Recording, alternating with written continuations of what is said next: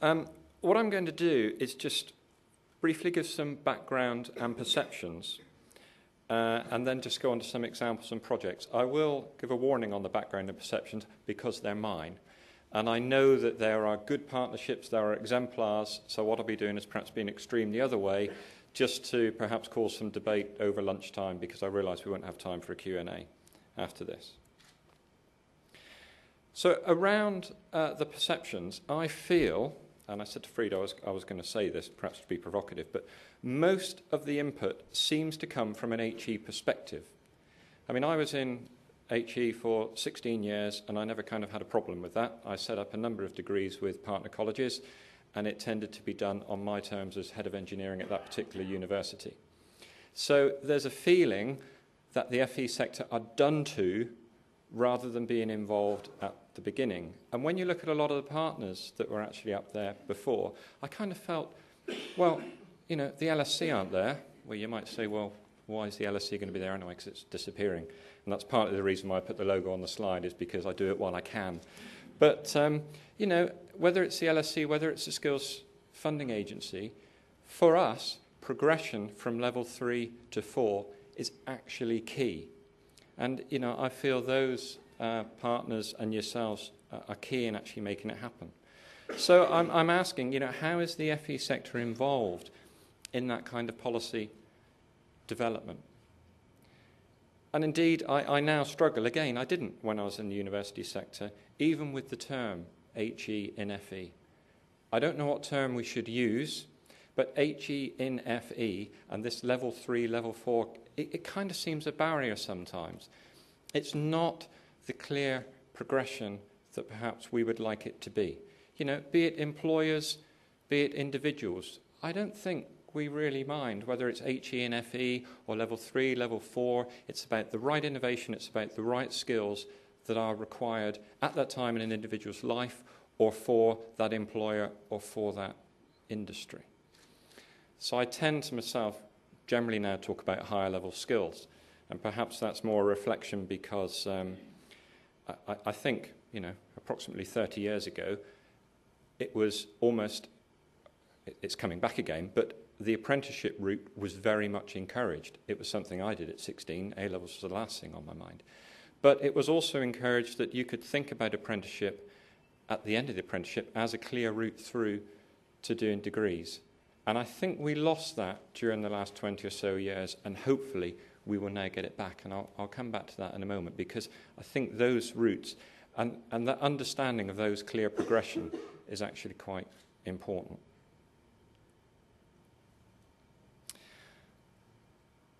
I wanted to talk about the FE Specialization and Innovation Fund. The Minister talked about this morning, and we really appreciate the help that he gave in actually promoting this. I must also say the work that NEF and SAD in particular have done on this over the last 12 months in setting it up and developing the prospectus has actually been key. Now, what has happened, as a lot of you will know, is that DS will actually pilot during this next 12 months this FE Specialisation and Innovation Fund to build the capacity of the FE sector, to support business to raise their innovation potential. There are a small number. We funded 5. I'll put on the next slide who the 5 actually are, so hopefully you can take that information and maybe contact them if you wish. But I would say there were 133 applications for this, and 5 have been funded. So I think you can see, the desire within the FE sector to want to see this actually work. So we funded 5 for £2.5 million. I mentioned in the question to the Minister that in 2010-11, under High 4, that Higher Education Innovation Fund will be funded at the level of £150 million a year. Now, the discussion at the railway station with the Minister, it's quite nice when you can catch them when trains are actually delayed and you've got them perhaps for an hour to bore them maybe. But I do feel we're missing a trick. HIFE has actually become basically mainstreamed. It's not even competitive now. At least under High 3 there's a competitive element. if you look at the FE Specialization Innovation Fund, almost without exception, the 5 that have are going to be the Pathfinder projects include an HE partner, as well as industry forums, etc. You know, I'd like to say, how many of you are included in your local university's HIFE partnership? I hope there are a few, but I would think it is a few in comparison. And yes, HIFE should be more, but potentially, I think if, you know, an education innovation fund was brought together, it would truly meet more of the needs of industry than perhaps we do at the moment when we have this split that we do at the moment. So I'd certainly like to see that and encourage that. The 5 successful ones are actually there. I won't read through them all. You can actually see them. And I think the slides are going to be available. So, you know, if you wish, if you're one of the 133 that, you know, sorry, can't do my maths, 128 that were not successful, and you wish to be involved or contact any of these, please do. I'll mention the City of Bristol one partly because Keith Elliott, the principal of City of Bristol, is here on the Southwest Composites Gateway. As to how an existing network can work and actually expand, this grew out of really there's a higher level skills network in the West of England area, which consists of the college and the University of the West of England, and they've been working on how they could actually address higher level skills jointly.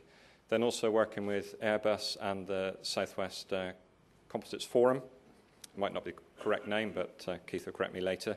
You know, they've actually put this together so it's building on an existing network. It's interesting talking about engineering and, you know, how do we portray it to young people, but composites is quite a sexy area.